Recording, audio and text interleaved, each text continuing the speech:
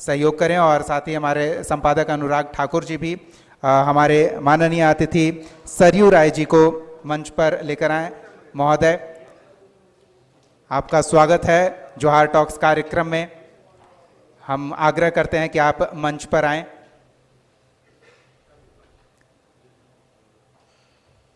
जी, और संपादक अनुराग ठाकुर जी, हम आग्रह करेंगे कि आप माननीय सरयू राय जी का सम्मान करें, कार्यक्रम में आने के लिए आभार व्यक्त करें अंगवस्त्र देकर। और साथ ही हमने प्रयास किया है कि झारखंड की पहचान जो है, उस पहचान को समर्पित हम एक मोमेंटो प्रदान करें और एक स्मृति चिन्ह हमारे कार्यक्रम की याद दिलाते हुए। बहुत बहुत आभार महोदय आपका हमारे इस कार्यक्रम में आने के लिए। तो जोहार टॉक्स के माध्यम से हम प्रयास कर रहे हैं बातचीत करें। कृपया आसन ग्रहण करें महोदय। और चलिए हम इस चर्चा को आगे बढ़ाएंगे। और माइक सर, चलिए। सरयू राय जी, सबसे पहले तो हम ये जानना चाहते हैं कि आप झारखंड की राजनीति के, अगर कहें कि सबसे विवादित शख्सियत रहे हैं, विवादों से गहरा नाता रहा है, या खुद विवादों को आमंत्रित करते रहे हैं, तो क्या ये गलत होगा? अब ये तो आपके विश्लेषण का निष्कर्ष है जी, और मैं आपको गलत नहीं साबित करना चाहता हूँ। लेकिन आप शिकायतों का पुलिंदा साथ में लेकर चलते हैं, चाहे सरकार कोई भी हो। क्या ये जनता की पोटली आप अपने कांधे पर लेकर चल रहे हैं, या सरकार के अंदर खाने जो चल रहा है, जो जनता नहीं जान पा रही है, उसको आप उजागर करते हैं? नहीं नहीं, सूचना देने वाले जो सूचनाएं दे देते हैं उतना ही हम लोगों के शिकायतों का आधार होता है। जी, कोई व्यक्ति आया, उसके पास कोई सूचना है, उन्होंने दे दिया, और बहुत सारे लोगों को देते हैं। हो सकता है कि कई लोग उसको उठाते नहीं हो, मुझे उसमें मेरिट लगता है तो मैं उसको उठा देता हूँ। तो ये लहरों के विरुद्ध भी चलने का साहस आप में कहाँ से आता है, वो भी हम जानना चाहेंगे। नहीं, साहस का हर व्यक्ति का अपनी स्वाभाविक प्रकृति होती है, और मुझे नहीं लगता कि इसमें कोई बहुत साहस की बात है। ये तो सामान्य हम लोगों की जो गतिविधियाँ हैं उसमें ये सब चीज़ें आती हैं। कोई ऐसा नहीं है जिसके लिए बहुत साहस इकट्ठा करना पड़े। मुझे तो बिल्कुल ही सामान्य लगता है, कहीं भी मुझे कोई विशेष प्रयत्न नहीं करना पड़ता है इसके लिए। आप ऐसा कह रहे हैं, जबकि आप मीडिया के तौर पर अगर हम आपके कामकाज को देखें, आपके बयानों को देखें, तो आप सरकार के एक सर्वश्रेष्ठ आलोचक की उपाधि से तो जरूर नवाजे जाने चाहिए।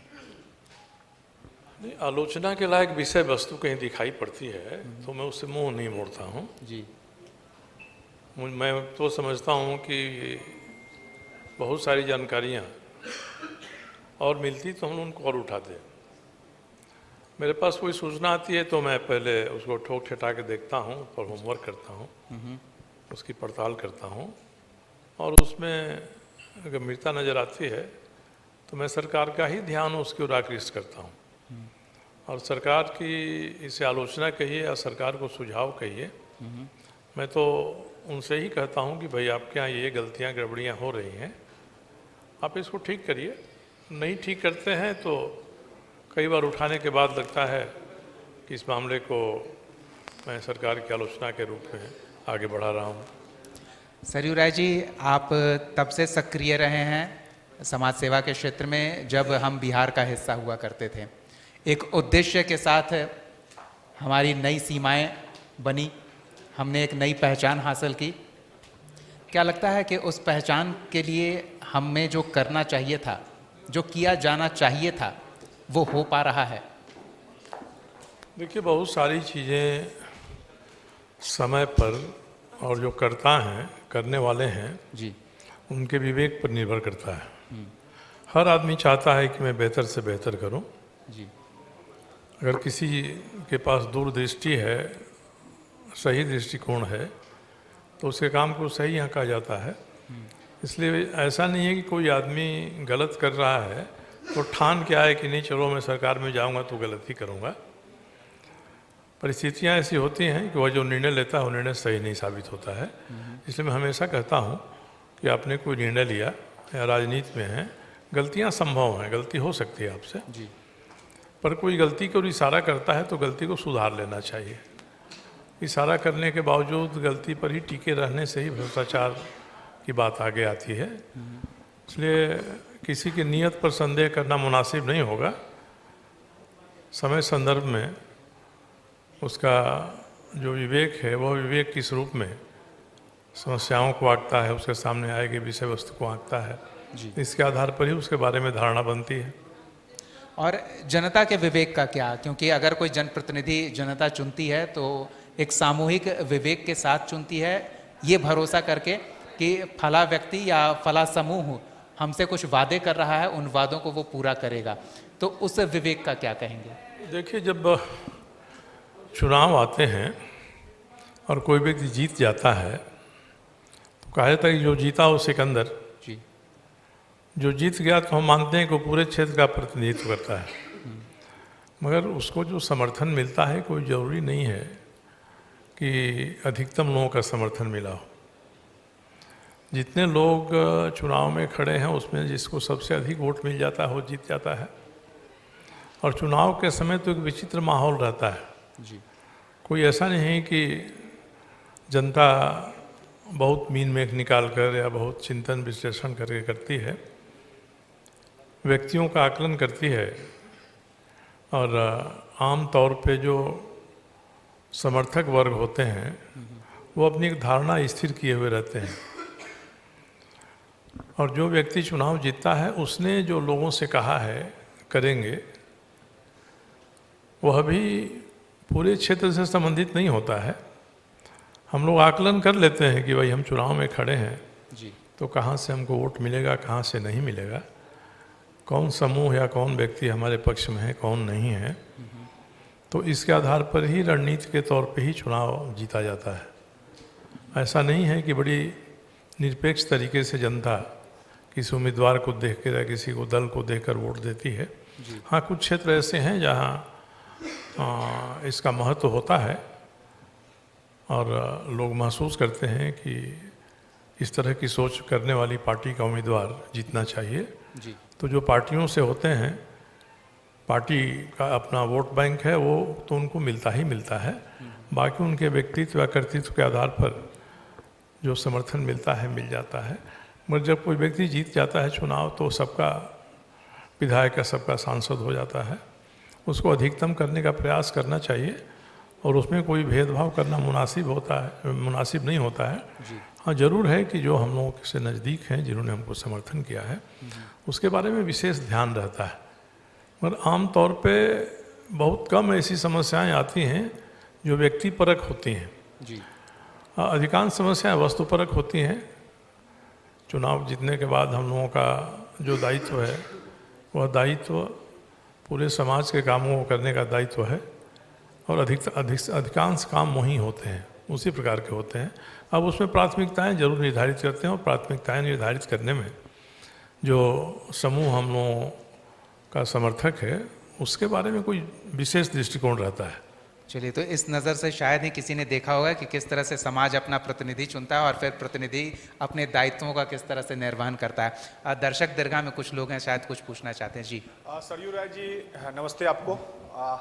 आप बहुत लंबे अरसे से राजनीति में हैं, लेकिन आप कई बार कई पार्टी को बदल के आप चुनाव लड़ते रहे हैं। लेकिन आजकल देखा जा रहा है कि आप नीतीश जी के बहुत करीबी हैं। नीतीश जी के पार्टी से आप चुनाव लड़ने के लिए भी आए थे। तो आखिर नीतीश जी से इतना लगाव आपका कैसे हो गया, खासकर झारखंड की राजनीति में? देखिए, जब झारखंड और बिहार एक था तब से हम लोग राजनीति में हैं जी। और नीतीश कुमार जी से मेरा लगाव कोई राजनीतिक सिद्धांत के आधार पर लगाव नहीं है। मुझे याद है कि जब हम लोग पढ़ाई करते थे, पटना साइंस कॉलेज में थे 1966 के आसपास, तो हम और नीतीश कुमार एक ही क्लास में पढ़ते थे, एक ही सेक्शन में थे, एक हॉस्टल में भी रहने का मौका मिला, तो हम लोग की मित्रता हो गई। उस समय भी नीतीश कुमार जी समाजवादी युवन सभा का काम करते थे और हम लोग विद्यार्थी परिषद का काम करते थे।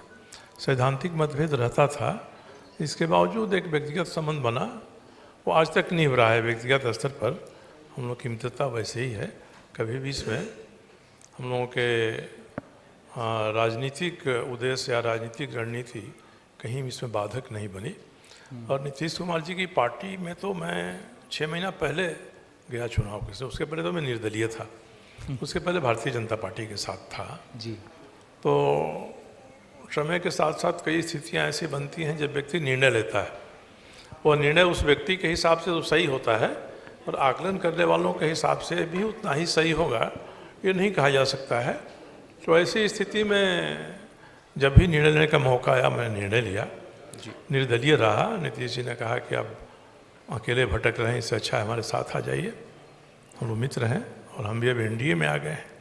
चलिए मतलब तो मैं उनकी पार्टी से चुनाव लड़ा, उनसे संबंध मेरे व्यक्तिगत हैं और व्यक्तिगत मित्रता बहुत दिनों से थी, वही मित्रता आज भी हम लोग निभा रहे हैं। भाजपा छोड़ के सर आप ठीक है, नहीं काउंटर क्वेश्चन नहीं नहीं ठीक है, बोलने देना जी, बोलिए। भाजपा छोड़ के भाजपा से आपका मन भर गया तो भाजपा से बागी हो गए, नीतीश जी के सहारे फिर पिछले दरवाजे से आप भाजपा में आ गए। नहीं देखिए, थोड़ा आप लोग तो पत्रकार हैं और हम लोग ये कहते हैं ना कि समय बीतता है तो स्मृतियाँ लोप हो जाती हैं। बहुत समय नहीं बीता है, 5-6 साल की बात है। मैं भाजपा से अलग नहीं हुआ, भाजपा ने मुझे अलग कर दिया।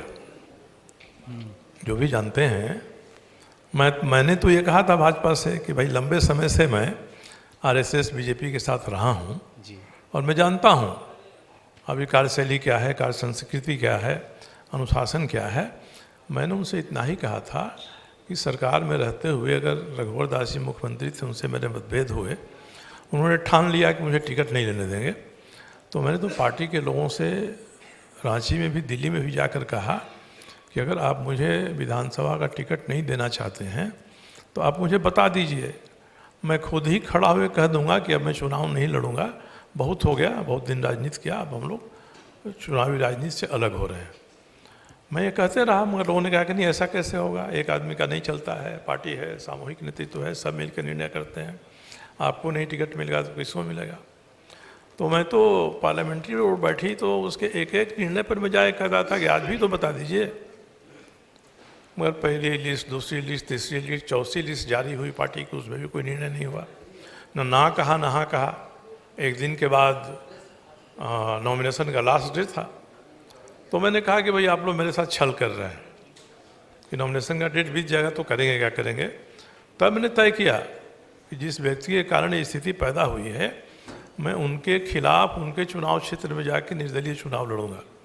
इस तरह से मैंने चुनाव लड़ा और चुनाव जीतने के बाद कई ऐसे मौके आए जब मैंने सार्वजनिक तौर पे कहा, मेरा वीडियो ऑडियो स्टेटमेंट है कि लंबे समय से मैं जिस विचारधारा के साथ काम कर रहा हूँ, आज भी मेरी विचारधारा राजनीति में वही है। मैं ये नहीं कह सकता हूँ कि मैंने भाजपा छोड़ दिया, निर्दलीय हो गया, तो मैंने पूरी विचारधारा को ही छोड़ दिया। मैं तो कहीं भी इसमें कभी भी मैंने ऐसा नहीं कहा कि मैं विचारधारा के नाते अलग हूँ। दल से अलग होना पड़ा और मैं आज भी कहता हूँ कि जिस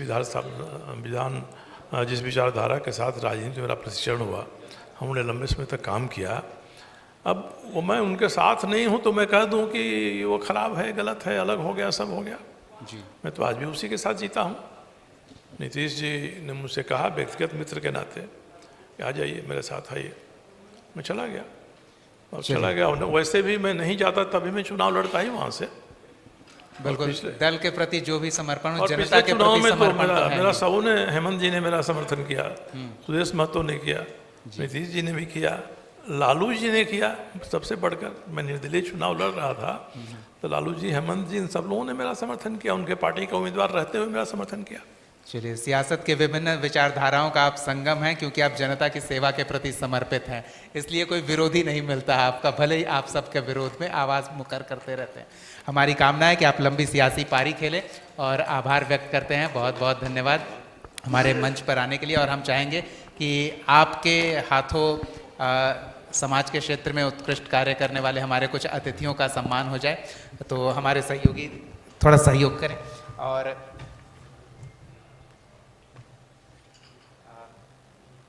हम आमंत्रित करना चाहेंगे एनटीपीसी से दिलीप ठाकुर जी हैं हमारे साथ, कृपया मंच पर आएं दिलीप जी। और हमारे सहयोगी नवनीत जी, तान्या सहयोग करें। ये एनटीपीसी का प्रतिनिधित्व कर रहे हैं हमारे मंच से और हमारे स्पॉन्सर हैं दिलीप ठाकुर जी। और एनटीपीसी कौन नहीं जानता, तो एक अंगवस्त्र देकर इन्हें सम्मानित करेंगे और एक मोमेंटो जोहार टॉक्स के मंच पर सम्मानित होने के लिए।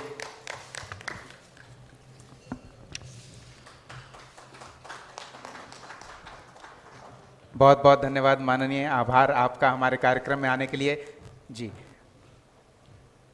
सहयोग करें नवनीत जी, विधायक जी का सहयोग करें। चलिए हम कार्यक्रम को आगे बढ़ाएंगे और कुछ ऐसे जनप्रतिनिधि भी हमारे बीच मौजूद हैं जिनके बारे में हम बता दें, लेकिन कार्यक्रम में एक पायदान आगे, उनका नाम है